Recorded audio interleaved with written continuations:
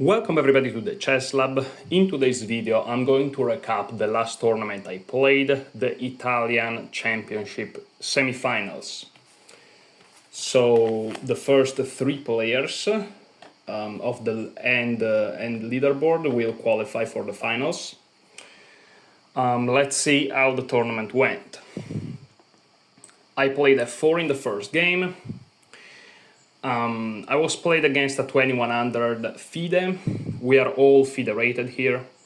So I played f4. I really like this move. Today, the bird opening course comes out on Chessable by Grandmaster Raven Sturt. I'm super excited about that. I'm gonna buy it instantly and I'm gonna study it. Because as you will see in this tournament, I burned a lot of 1f4 games because I don't know the typical plans in the very first moves. I still managed to do decently though, so let's see. Knight f3, g6, e3, bishop g7. By the way, this setup is the best against the bird. Reason being, after you play f4, right, and knight f3 and e3, you're kind of fighting for the control of the central dark squares, at least strategically speaking. And so ideally you want to play b3, bishop b2. If they play d5, knight c6, you want to combine it with bishop to b5 to really prevent them to play e5. If they're able to get e5, they should be fine. So to counter this idea of playing b3, bishop b2, they play g6, bishop g7 as soon as they can. So I play e3, bishop g7. As you can see, the engine doesn't really like the bird. It's a slightly inferior opening objectively, but I was lucky enough, thanks to a friend of mine who is a candidate master, to talk to a FIDE master, a very strong FIDE master. I'm talking above 2350 FIDE. And he played the bird, he told us, up until he was 2200, and sometimes even higher.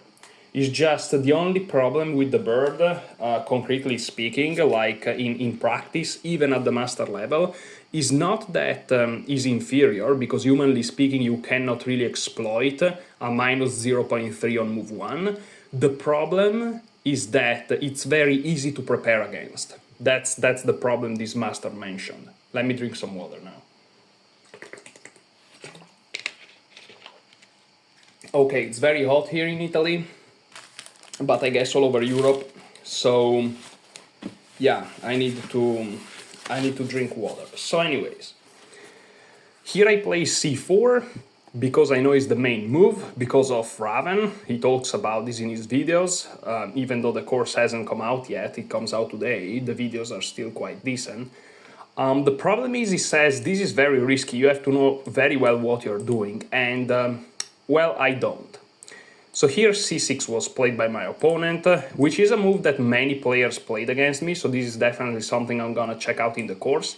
The good thing about playing this tournament, and also playing the other tournament in Condino, which I will talk about by the end of this video, is that I saw exactly what players of different level play. I saw what the 1900 play, I saw what the 2000 play, what the 2100 play, what the 2200 play, because I played against a couple of 2200 in the whole 2 tournaments. So it was very, very useful in that regard. And let me tell you something, below 2100 FIDE, the bird is just a killer. It's just unbelievable. And I don't even know it well. In fact, I didn't win all the games against players below 2100. I lost even one, but like, it's because I know nothing. Imagine knowing something about this. So anyways, what I studied was c5, takes, knight c3. Now, they can take, of course, but then they give up this very strong dark square bishop, and all of a sudden those squares are weak.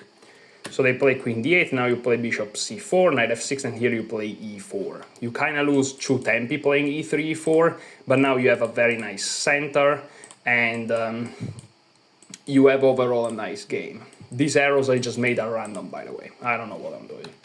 I have no idea about typical plans. I know nothing. That's why I'm eager to... I don't even know what eager means. I shouldn't have said that, but I can't wait for the curse to come out. The course, not the curse. The curse is like bad things wizards do. So, okay, d4. And here knight h6. Now you may be surprised by this knight h6 move, but you have no idea. I mean, you do if you watch the videos. Another 2100 in Condino, so the previous tournament I played the same. Like, so many people try knight h6, which is what they try against the Dutch. Because in the end, the bird is like a reversed Dutch, technically up a tempo because you're white. So, yeah, play knight c3, very chill, castle. And here I play bishop e2, and after d takes, I kind of lose a tempo. In fact, I checked it with the engine afterwards, of course. Here, ideally, you want to take, and then develop the bishop. But okay, I play bishop e2, he captured, I lost a tempo, and here he came out with this idea of playing b5, and then b4. He's trying to dislodge the knight, and overall taking some space over to the queen side. But as you can see, the engine doesn't really like it, and in fact, I didn't find myself in very tough waters, to be completely honest with you. So, yeah, as you can see, even 2100 FIDE, this guy was rated, I think, 2160 or something. Yeah, so very strong player. FIDE, I want to say that a couple of times because most of you guys, I guess, only play online. Not sure about that, but I think. And like there is a little bit of a difference between rating FIDE and online. Like a 2100 FIDE can easily be a 2300, 2400, even 2500 if they're good online. Personally, I suck online, but there are people who are very good. But okay, bishop a6, castle, and here, so yeah, so basically what's his idea? His idea with this b5 and b4 is not so much to like win space on the queen side, which is what I previously said, but it's because I'm a little bit still confused by the whole thing. But his idea is just to trade the light square bishop. You may say why? Because this is a stone wall, and this is technically the bad bishop, so you really want to trade the light square bishop. So he's doing that, and you may say, well, then why the engine doesn't like it? I guess it's because it's a little bit of a slow plan, and yeah, here I should have played bishop d2, simply developing, targeting this pawn, which is not the easiest thing to defend in the world, even though I have to be careful about this. But I play g4, which is a typical move. The engine doesn't like it though, that's fine. Knight d6, and here I don't trade the knight, but I go to c5. And now I'm really asking this bishop what you want to do. And he took, logical, I took back. Knight d7, try to trade his knight, and here I'm very happy. I found this very nice move, rook d1.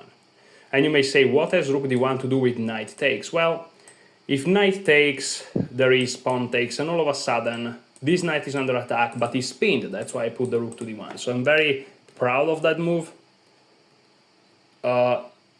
If he took, yeah, but what if I play knight takes d7? Let's say queen takes d7, here I can play knight d5. According to the engine, this is a very good way to go, but okay, rook d1, it's fine too. In the end of the day, it's just an equal position. So he played queen to c7, and here I took, finally. He took back, and so he kind of lost a tempo because I played rook d1 for free, basically. Because this position here is the same, sorry.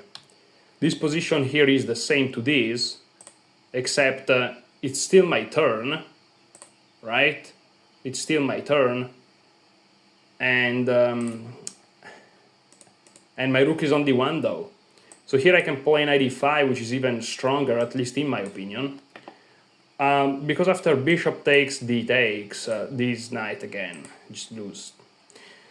There is a little bit of a weakness on g4, that's why maybe the engine doesn't really like g4, because tactically speaking, is a little bit loose.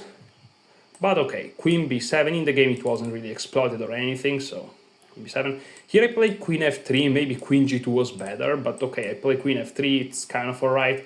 But now, I don't know, in my mind this queen was kind of hanging, maybe, but he played c5. c5 is a very nice move. c5 is a very nice move. Yeah. That's unfortunate. So, if I capture, he captures back, and if I capture, he captures back, so I don't win material. I can take immediately, but here there was something. What was it? Let me see. So okay, if he takes, I just take back and then the knight is hanging, and then if he moves back, maybe I infiltrate and it's a problem. So he takes here first. No, but actually queen takes f3, it's fine. Let's see queen takes f3 then. The engine is like, you're crazy. Okay, there is knight e4.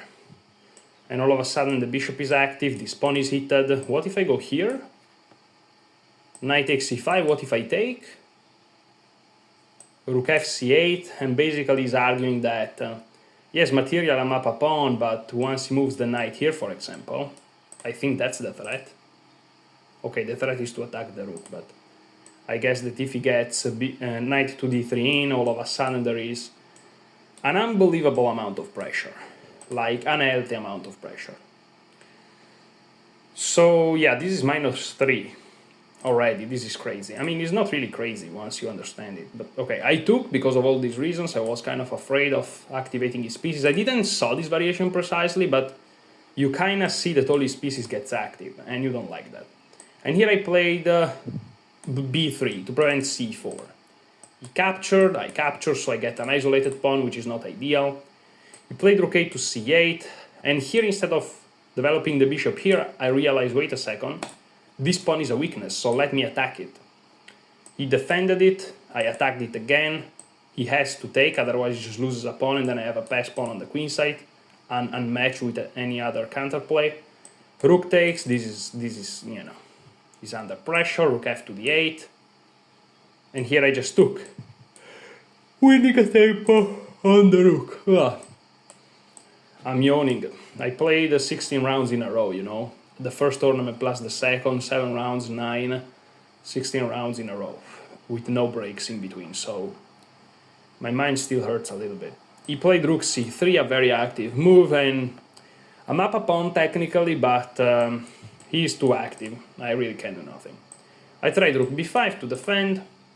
He played g5, and here I panicked a little bit because I'm like, oh, if I take, he takes, I have to take, I lose my rook, oh my goodness, I blundered the game, how do I defend this? But then I realized, wait a second, if I take and he takes, I take with the rook. And if he takes here, I take here, and then I have counterplay here, so I may be even winning. So I took, but now he simply played e6. And here, psychologically, I am the one on the attack. And also, I think he was very low on time, so I played rook f1 and offered the draw, and he accepted it. So we drew. So I had a draw against a 2160 FIDE, which is very nice. I'm 1932, by the way.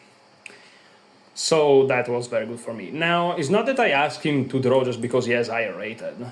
It's just that there's nothing, which I know it's a big claim, but there's nothing. And the engine agrees, which is fine. So here what happens? Here, this is under attack, so he takes. Here I take, and here he gets this rook d4 in, which is very nasty. Now here I check, forcing the king to g7, so now I play rook b7, and this comes with check. The problem is that he also takes with check. And after I move, he can do really many things. There is this, and the problem is that he has rook g6, among many other things, to be honest. And I don't really get this pawn. And I can take, let's say, here. But then he goes here, and it's just a draw. Now, I don't know how much this variation is precise, to be completely honest with you. So let's see, bishop e5. Takes rook d4, check. Rook takes g4. Yeah, it's pretty precise. Even, as you can see, it doesn't matter how you take. Well, you have to take, of course, but it doesn't matter. Yeah. This is just equal. This is just dead equal. And it's not one of those dead equal moves where black has to find the best move every turn. It's just whatever he plays, it's equal. And these moves here where you have to be precise are super easy. Like this, you have only one move. Like, and here, of course, you take with check. Like these are elementary moves. Maybe the toughest move to find is rook d4, but he would have played it. We talked about it in the analysis. It's an obvious move. I mean, you attack this pawn with check. What else? So yeah, You may say yes, but this is still, he may blunder, right? Yeah, the problem is, you see, that's chess, right? After rook f1, I had to see this in my mind. And like, for example, like if you're not careful, if I take here, it just goes back, because if he goes here, I may do this. But like, I have to be careful, like, if I move this rook for whatever reason, I get mated. And you may say, well, but we saw the line, it's never gonna happen. Yeah, but you have to see this in your mind. And you're not sure, like, how do you evaluate this? In my mind, I wasn't sure I could defend this. And what if he wins this, and then this is not strong enough, but this is? And his king is more active all of a sudden. And his rook cuts off my king. Like, it's difficult to evaluate from a distance. I'm not a strong chess player. I have to improve a lot. But like, when I say a lot, I mean really a lot. And so I'm like, rook f1, it looks scary for him, and probably it's good for me, but maybe, even though it's unlikely, it's good for him, but I don't know. So let's ask him the draw. He's under pressure, he's higher rated, so he's not gonna risk it. And so he accepted it. So yeah, sometimes you have to take these concrete decisions that on paper later they look weird, but sometimes you gotta do what you gotta do. Okay, now I'm going against this guy here. He's a FIDE master, rated 2100 something, but like, he's a young guy, he fluctuates a lot. I think he has, well, I don't think he has K40 because he was 2300 once, so he has K20, but he fluctuates a lot. He's a very strong player. And this is the most instructive game of the whole tournament. So e4, I played e6. This went on DGT, meaning the digital chessboards, so it's online available. And yeah, e4, e6. I decided to play the French since I studied a course on it.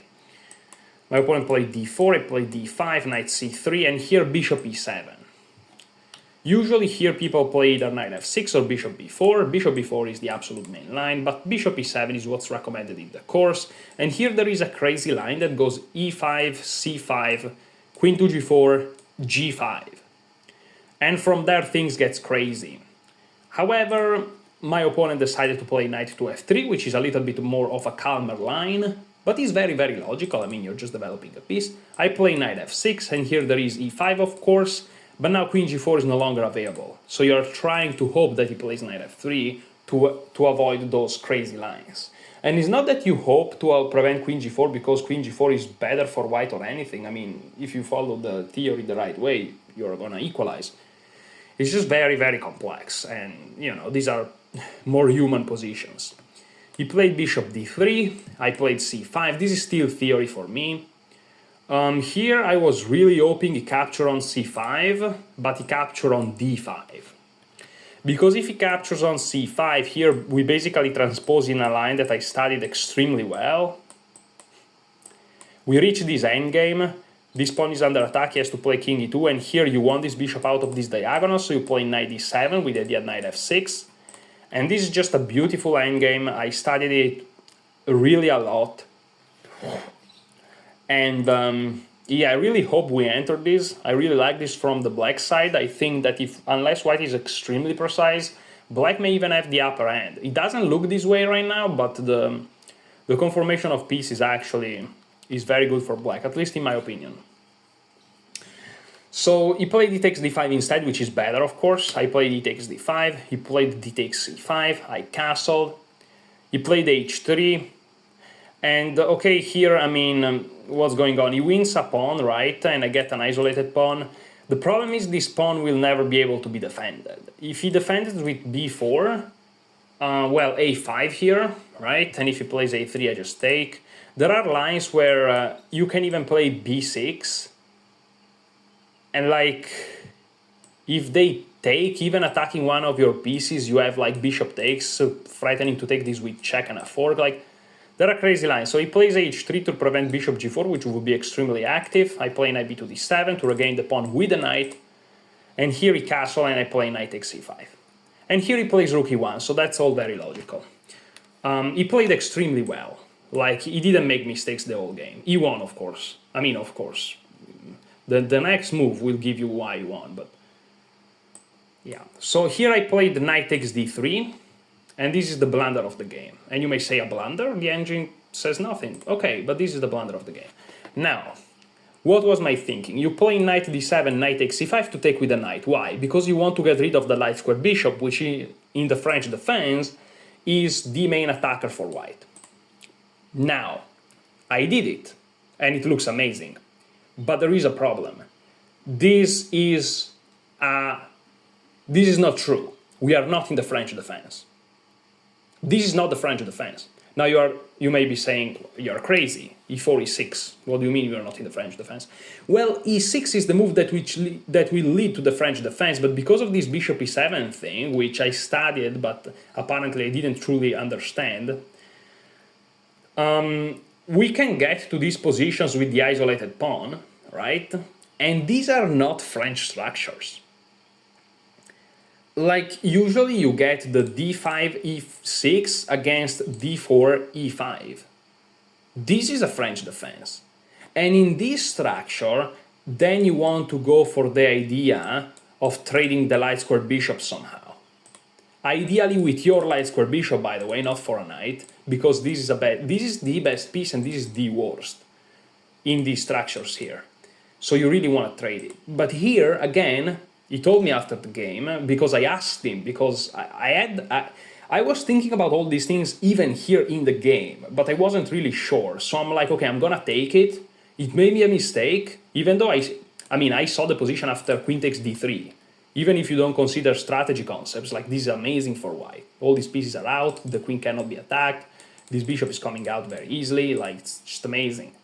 So I'm like, okay, taking is probably wrong, but then what am I supposed to do? I don't know. So I'm gonna do it, and I'll see how the master will deal with it. And even if I lose the game, which eventually happened, I will learn a lot. And I'm happy to say I was right. So I sacrificed the rating points and even, points of the tournament. So I sacrificed performance for a learning experience, which I would say there are two ways to win in chess. One is the score, and two is learning, like learning something new that really, makes you improve at chess. And this is what happened here. So I was very happy of this game. Later in this tournament, I lost some games that are like extremely painful, but this one here I was actually extremely happy because I really felt I learned so much. So, okay, knight takes d3 I played, and you may say, okay, but then what's the idea of taking with the knight if you're not going to take the bishop? Well, the idea is that you have an isolated pawn, so again, you have to scratch everything about concept of the French defense. Again, the dynamic of the light square bishop are totally different, they totally changed. And here, the knight is on c5 because when you have an isolated pawn, you want to exploit these two outposts. And the way you do it is you want to put a piece on e4. So ideally, I want to be able to get a hang of e4. And so trying to engineer ways to put the knight on e4 is much better. But I failed to understand that, something that now I know. And so I just play this way, which is passive. Now the problem is that he has perfect control of d4, which is the square in front of the isolated pawn, which is very good for the person playing against it. And I don't have this outpost, or this one here for that matter, because after I take with the knight, I relinquished control of this square more. And instead of the bishop, now is the queen. So he doesn't lose control of e4, because he still has 1, 2, 3 pieces, but I don't have 3 pieces anymore, I just have 2. So he gets the control of the center, I have the isolated pawn, and so I'm just suffering. And I know that the engine is like, yeah, white is slightly better, but you may hold. But strategically speaking, conceptually speaking, this is where I lost. Because of course, if you play like Stockfish, you're gonna hold and even win, of course. But humanly speaking, there are reasons why those concepts exist. It's because we don't play super precise, and so we have to use strategical concept to navigate the positions, and I failed to use the right strategical concepts. So now I'm navigating the positions in an inferior manner. Here, as you can see, Stockfish is not giving me mistakes, but this is like +1 for white. So without making mistakes, I'm much worse. So of course I made mistakes, because if you play perfect, it's +0.3. So yeah. And here, okay, my opponent perhaps is not playing super precise either, but the concept is my position is more difficult. And here I try to enter in some tactical complications. He wins a pawn, but I go to c6, he plays c3 to defend, and now I can snatch this bishop, this pawn I mean, so material is equal. And here he moves to the king side. Again, this is completely equal, but the problem is it's so much more difficult to play from the black perspective. Now white is attacking, and we all know when someone is attacking what's gonna happen. So I played a6. Here I should have played f6. Again, this position is tough because you see many things, right? And I was low on time here, so I play bishop e2. The idea is to prevent bishop g4. Sorry, rook g4. I thought I was very smart. Turns out this is a mistake. And yeah, he never missed a beat. He played very precise, and eventually I was lost.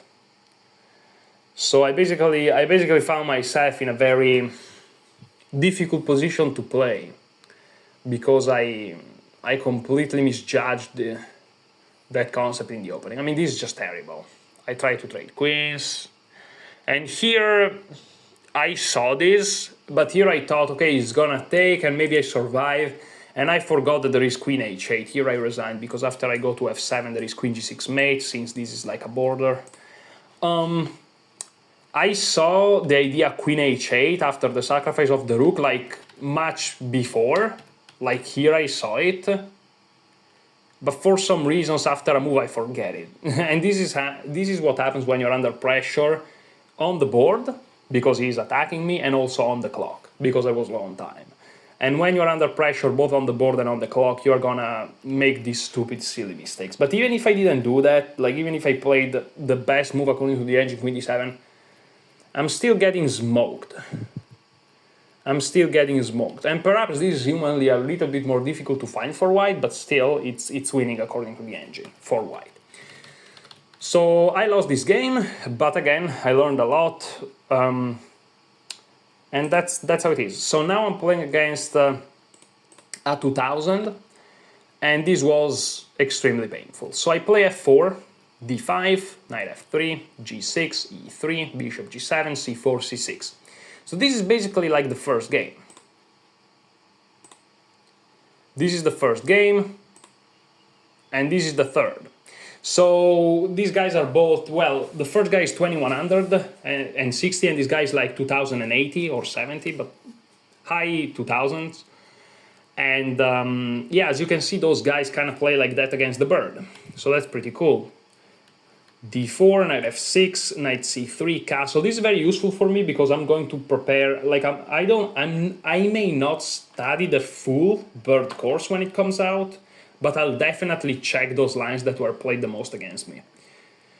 And of course other lines that are frequent objectively. So bishop f5, castle, d takes, bishop takes, c5. So instead of going for this idea of activating the light square bishop, he goes for c5, which I think this is superior for black, I think.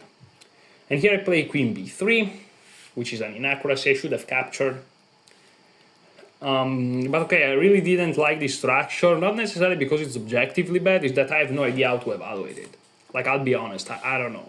That's why I can't wait for the course, so I understand the structures. Raven is very structure and strategy driven, so I'm gonna get better at chess, even despite of the opening. So I already have a course of Raven, Grandmaster Raven, and on like strategical concept. It's just enlightening, really. So okay, plays queen b6. I capture. Turns out this is an inaccuracy. Knight c6 was better. And he gets my light square bishop with some insane variations here. But okay, he played queen b6. Here I captured, and here I tried to hold to this pawn. But he just played very well. Before apparently is wrong. I'm not gonna go into the details of this because these are 9 rounds, and I realize I'm taking a lot of time. How much is it? Let me see. We are already been here for half an hour, and it's just the third game. Yeah, I have to really speed up. So basically what happens, he gains back the pawn. Now what annoys me of this game is that I ask him the draw 2 times, which is basically saying, I'm so weak, I'm afraid I'm gonna lose this.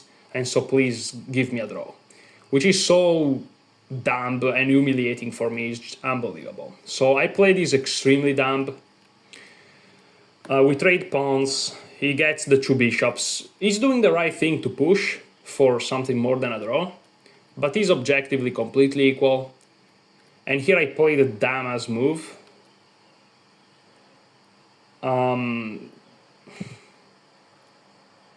Yeah, bishop f3 is dumb, because he gets bishop b6, and now he's gonna get f4, and he's gonna win a pawn. Now, I knew in my heart that this was still equal, but I also knew that I wasn't able to defend. In fact, here I should play king g2, and this is equal, because eventually I find ways to trade these 2 pieces, because I create a blockade on the light square, and the only way for him to proceed is to get rid of that knight. But then we have opposite color bishop, and so even though he has 2 and I have 1, is completely equal, because my king is active enough. But I knew that if I managed to trade these 2, it was equal, but I failed to see this idea knight g3 here. I just failed to see it. I think that I was afraid that after this is under attack, which is not true. I don't know what's wrong with me, but yeah. And so move 50, after a tough game against the 2000, I completely failed. And this is, of course, like completely gone. Yeah, here I resigned. Yeah, that was brutal. This is the game that made me angry the most. After the game, my opponent tried to tell me something like, oh, maybe you should have tried this and that. I didn't even talk to him. I just took my score sheet and I walked away. I was so angry after this game. But okay, that was really tough. I have to study endgame, minor pieces endgame. I really have to study them, but okay. I knew that already, it's just I never find the time. I'm gonna spend August studying. I have a tournament in October in my city, so that's gonna be very comfortable, logistically speaking. 9 rounds, so a big tournament, the biggest tournament of the year for me. And so what I'm gonna do, I'm gonna spend August studying the bird course, and then I'm gonna spend September studying endgames, because I really need them. I threw so many games. I was winning in a game against a strong 2150 or something, or maybe even 60 in the first tournament in Condino, and I threw it away and I drew, but it was completely winning. For, again, simple geometry that I miss. Unbelievable. And then, against a strong candidate master months ago, I was completely winning, and against I threw it away. Again, I threw it away. And here it was completely equal, and I lost. I threw it away. So I really have to study endgames. But okay. And on round 4, I'm playing against 1840, 50. So someone lower rated than me. And okay, here they play c3, so we are playing an advanced variation of the French, and this is actual French because you really have this structure. You don't have isolated pawns, you don't have weird things, this is really a French.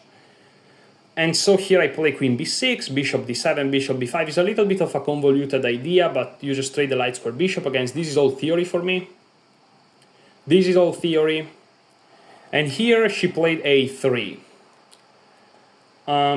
Now, here is the thing. After she played a3, I'm like, oh my goodness, I made a mistake.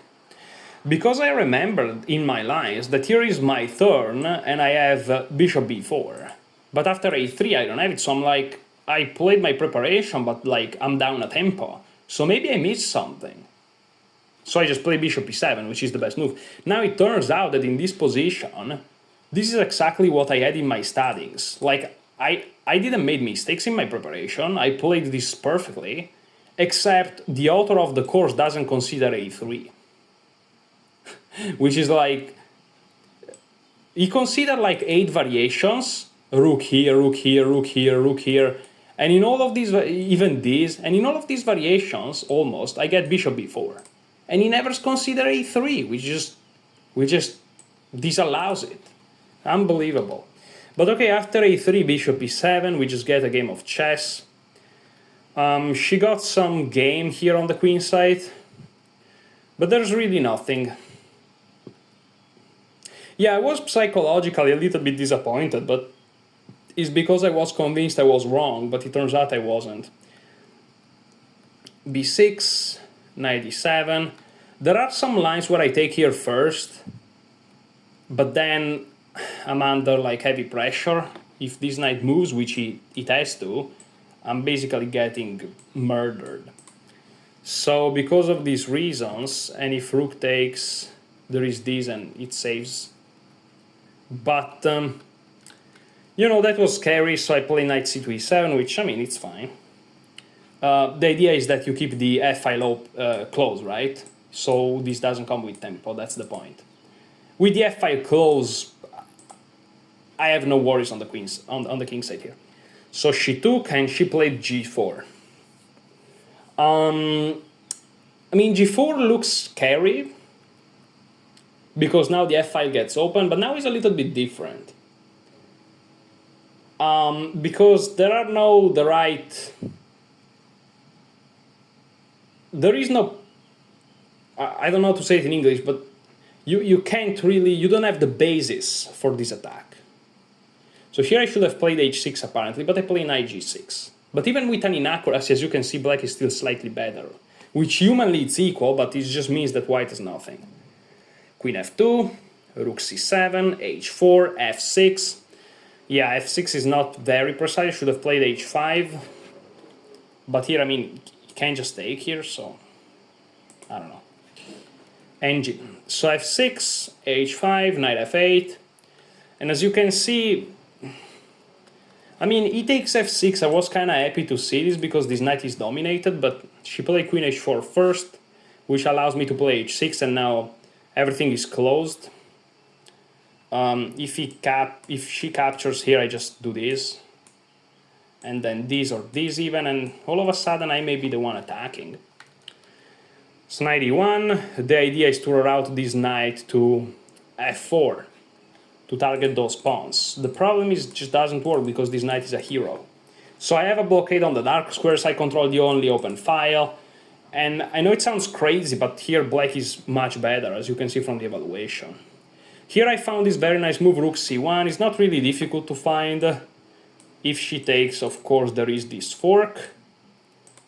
And if she takes this knight for whatever reason, I first take here and then take back, and I'm completely winning since I'm up a freaking, maybe with this pawn, so on this there is this, and if back I take. But anyways, she played queen g3, I attack it, she goes back, I play queen c8, defending this pawn, so if she takes, I take here first, and then I take here, and if she takes here, well, I take here with check, so I really shouldn't worry about this. She played queen b2 though, which is a mistake. Here queen a1 is a blunder, better was queen b3, and here I have to play king f7. If I play this immediately, it's a draw. But okay, queen a1 was played, which is a mistake because now I have e5, and all of a sudden this knight is under attack, but also this pawn is under attack. She took, but now it's just a mate. She resigned here because there's checkmate. So that was a game. I played it relatively precisely. I mean, I made some inaccuracies, but yeah, I played it really relatively precisely. So okay, rating wise, I am around equal. So let's go. I played at 4. This guy is at 2200, the strongest opponent of the whole tournament. And when I say 2200, I don't mean 2200 something, I mean 2200, like on the dot. So as you can see, those guys play exactly that. He just played a perfect game. I mean, I managed to somehow get some play here on the king side, but he defends, I get a blockade on the dark square, I go back, and here I kinda mismanaged. I should have tried queen a6 to really be active. I play queen b3, and here I lose a pawn, but I get a passed pawn, but it's just very difficult. And yeah, my position is very difficult. Here I should have played rook c1 and try to just hang on, But I play queen c4 again. I forgot that he could push. I know that if I move the queen, he pushes the pawn. I forgot it. Like, as crazy as it sounds, like, chess is really difficult. Sometimes you just forget things. and I forgot that the pawn could just move. This is a mistake that I do very, very often.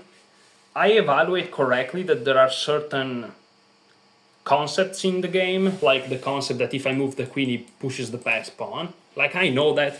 I correctly evaluate that this is bad if it happens. It's bad for me, I mean. But then I just forget that it exists after a couple of moves, and I get distracted by other ideas, like to activate this queen, for example. And like here I saw that his idea is to go here, so I'm like, oh, if I play this and he goes here, then I go here, and he's great. If he takes I have f2 passed pawn, and this is a backward pawn. The problem is I forgot that now he pushed because the rook is not here. Like, I confuse things in my mind. So he pushed and now he's completely lost. Here I should have tried queen c3, which lasts a little bit longer. But I play bishop d2. He checked me, very nice move. If I take with the king, g2 falls and then the whole position collapses. You can even check here first, but I guess taking here is better. I don't know. Yeah, -5, okay. So I took with the bishop, but now b2, and this pawn doesn't hang anymore. Also, this comes with tempo. And here queen f1 is wrong. I should have played queen a2, but I mean, he's completely lost. Here, yeah, you cannot take the bishop because the rook hangs, okay. But like, here you can take this. Okay, but yeah, it's completely lost. But queen f1 simply makes things faster. Yeah, this is a blunder because technically you get mated instead of just losing, but if I don't move it, I just lose. So I move it. I mean, the best move according to the engine is this, so you go figure. So bishop d2, check, check. I have to move here because otherwise this hangs if I go here. But now I resigned. I mean, there's nothing to be done here, it's mate. So yeah, that was tough. My opponent played a perfect game of chess. I mean, I guess he made an inaccuracy here, and it was equal. Yeah, whatever. So, but okay, you know, he's a 2200. It's not terrible.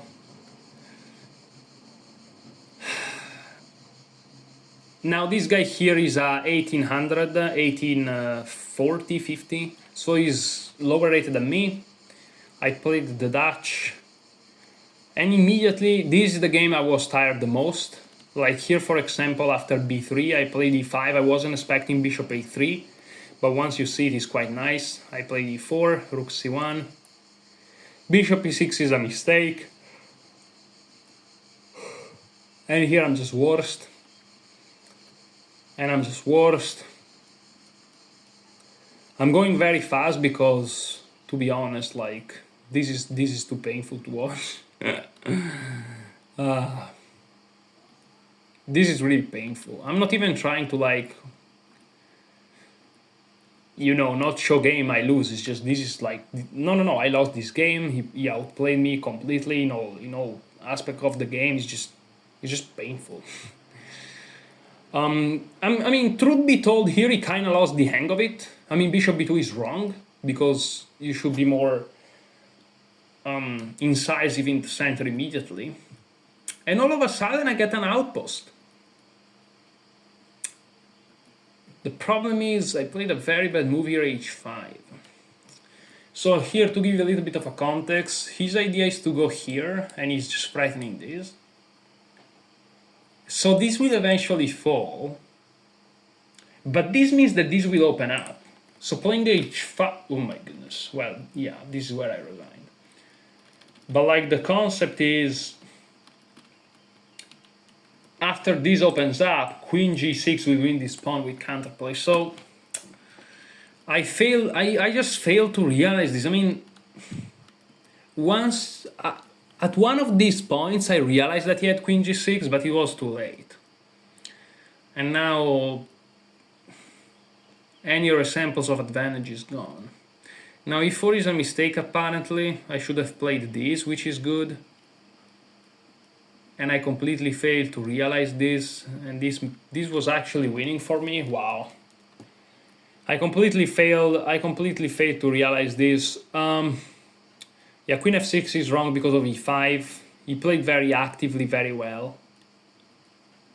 And here, I mean, he could have just do this, which I saw, and I was ready to resign, but I'm like, let's play one more move, and he didn't do it. So I'm like, okay, let's try to hold. Now this is painful, because this is winning for me if I find queen b2. Now queen b2 threatens checkmate, and he has to give away this. Now you may say why. I saw queen b2, but I'm like, there is this. And the most painful thing is that I'm like, okay, maybe knight f4 worked because maybe there is some checkmate, but I was so tired, I'm like, nah, there must be nothing. But the truth is I didn't want to calculate. If it was the first round of the first tournament, not even of the second one, I would have probably gone for it and calculated like crazy. And this is actually mate. So I had the intuition that this was mate. It's just you have to check too many things. You have to check 3 checks. You have to check this. You have to check this. You have to check this. And I mean, you do it, right? You're a chess player. You calculate. What else you're supposed to do? It's just my brain couldn't do it. And so I just play rook f8, which now is equal, but the problem is that is a type of equal which is extremely difficult to play for me. I mean, what is this, right? And so I just blundered. And he played very, very well, don't get me wrong. I'm not trying to, like, yeah, here he played a very nice queen sacrifice. I saw this, of course. I just hope that he... I don't know. There's nothing that he can blunder, really. And here I just resign, because he's up a piece, but also he's going to mate me very, very quickly. Because here, if I go here, there's this and this. I'm going to lose the rook. If I go here, there's this, and if I move closer, there's this. I'm going to lose the rook. You know, and getting mated. So I resigned. This, I mean, this was, no, this on round 3 was the most painful game. This was the worst in terms of rating points. I lost like 12 rating points, which is, I made 14 in the first tournament, and now I lost 12 in a game. That was brutal. That was brutal.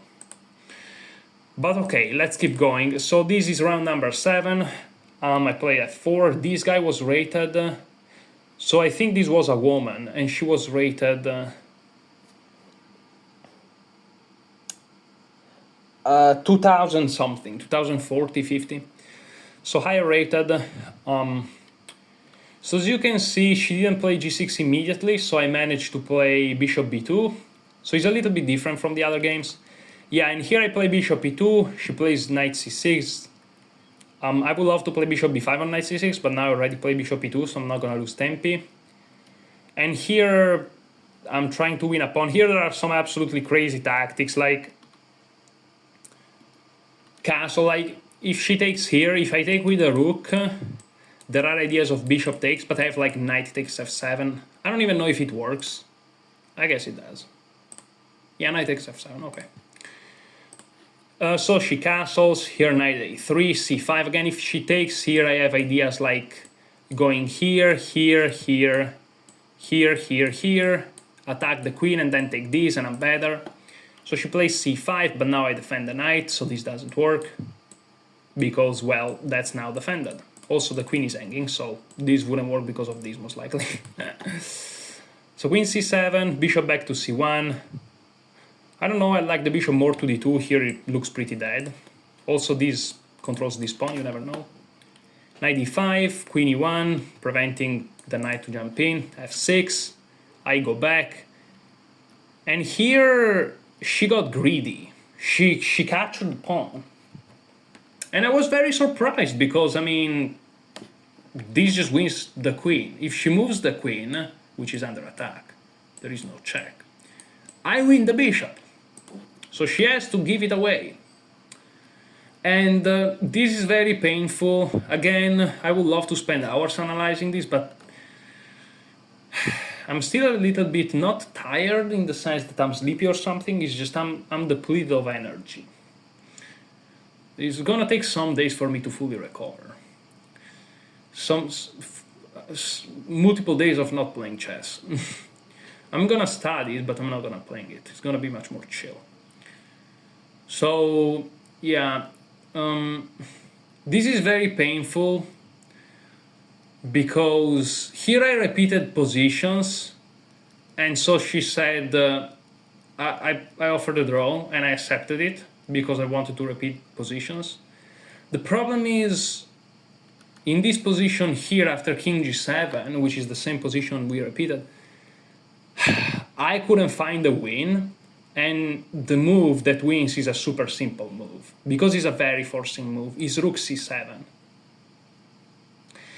The point is that now I'm forcing her to trade, but like h5 is the best move according to the engine, but this is now winning. This is clearly winning because queen against bishop and rook is winning. And okay, there may be some situations where it's a fortress if the bishop is here and all these pawns don't exist, right? Maybe. But the problem is I'm just gonna take this very easily and then I'm gonna have a clean passed pawn. And with only these two, she cannot really create mating nets, whereas with two rooks she can. So trading one rook was essential, and I knew that I was desperately trying to trade one rook. I just couldn't find this move rook c7. And you may say, okay, but what the point? I mean, what if, well, if she takes, there is this. And this is very typical. You give up a rook when the king and the rook are on the same thing, and then same file, and then you fork them. Like, this is completely winning. King g8 takes, this is completely winning. Completely winning. Unbelievable. But and I knew that there was something because there always is. When you analyze with engines enough, you realize in some positions, especially endgames, it's always equal if you find the most precise defense, which is like what happened in game 3. I knew it was equal because it's not that I knew 100%, but you know that there is a 99% probabilities that if you put it in an engine, it's equal, and there is some ways to defend. In fact, it was right. And same thing here, I'm sure 99% that if you put it in an engine, it's gonna find a win. In fact, there is, and it's even easy. So that really annoys me. Missing rook c7 here annoys me tremendously. Once I saw it in the evening, I was super annoyed. A friend of mine tried to be reasonable, and he was like, yeah, but you know, you are on round 14, you know, you should be a little bit more chill with yourself.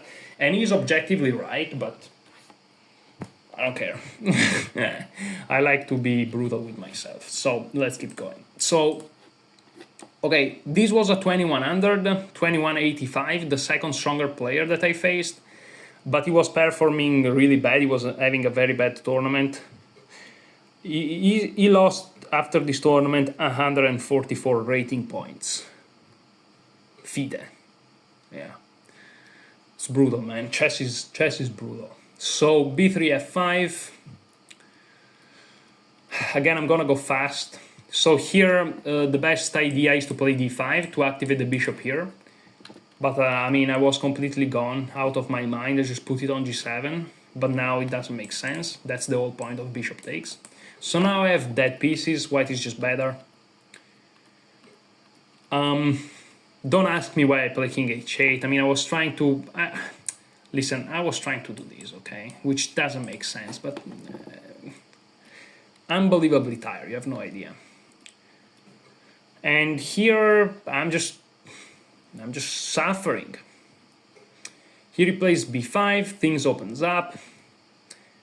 And here I sacrifice a pawn for initiative. Yeah, here it comes the point.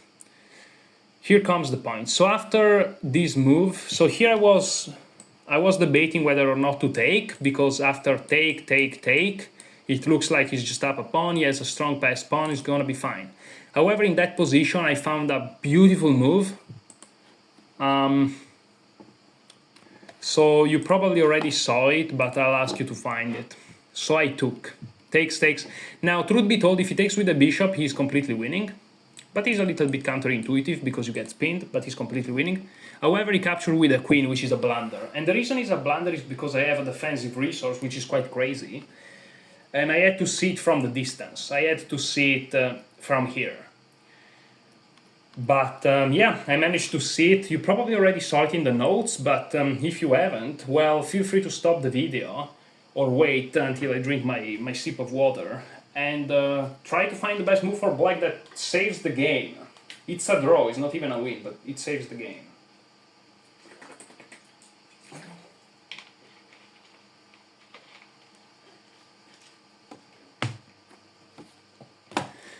Okay, so the move is the quite flashy, but it works. Bishop takes e3. In the game he played king h1, and here I play bishop d4, and this is just a draw. Because all of a sudden we have opposite color bishop, his king is weak, and this pawn is going nowhere. I can even take, and it's fine, but okay, bishop d4 is a little bit safer.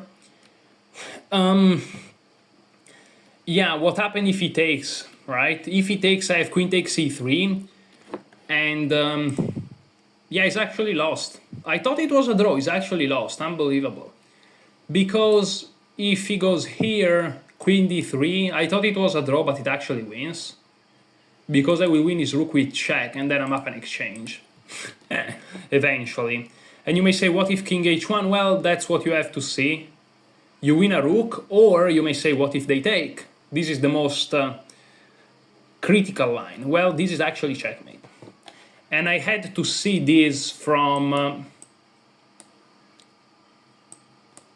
here. I actually saw queen takes f1 checkmate from here. So yeah, that's what it takes to draw 2185. This is the game I'm the most proud of. If I had to choose to show you just one game in the whole tournament, I will choose this. Because again, I know that this wins for him, but you know, I basically created a very advanced trap. And he saw bishop e3, by the way. He didn't realize bishop takes b7 was winning. He thought he had to play queen b7 anyways. So okay, and this is just a draw. Here I tried to push for something more, but then he found a way to trade queens. Here I may try to be fancy, because there are some ideas where I can even sacrifice my queen for mate if the pawn is here. And the rook lands here eventually. But the problem is, if I move back, trying to keep pieces, all of a sudden he has these, and then I trade queens, but then maybe he has a move, or trade queens, so I'm like, okay, let's just trade queens, without giving him potentially other options. And okay, I'm more active. And here, okay, after king g6, there is g4. Sorry, after king g6, there's no g4, there is bishop d7, yeah. In the game, after the game we analyzed, he thought he would have played bishop d7, yeah. And here I have to defend, but now g4.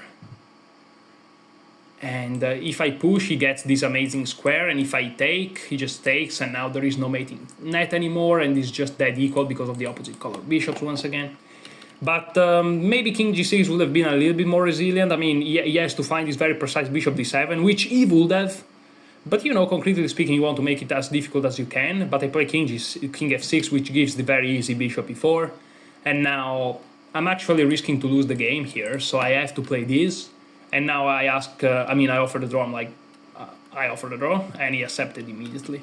Because all of a sudden he has to take. If he moves away, I'm taking his bishop because he's not pinned anymore. So he has to take, but now he just moves away, and now we are in that very famous opposite color bishop endgame. This pawn is going nowhere. We're just gonna shift bishops around forever, and it's gonna be equal.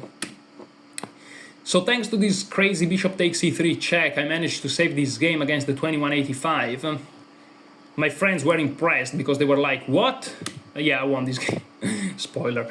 My friends were impressed. They were like, what? You didn't lose? Because like the position would look terrible at some point. But yeah, I managed to save it. It surprised myself too. So okay, here I'm playing against a 1931. So he has 1 FIDE point less than me in the starting list, which is funny. At 45. And here he plays bishop g4. So as you can see already, someone that is below 2000. they're a little bit fancy. Now it's the last round, the guy was on the older side, for chess standards at least. And so, you know, and he's a very aggressive player, so bishop g4 kind of calls itself. The problem is that here, I'm the one being aggressive. Here I long castle, he tried to go for this crazy attack.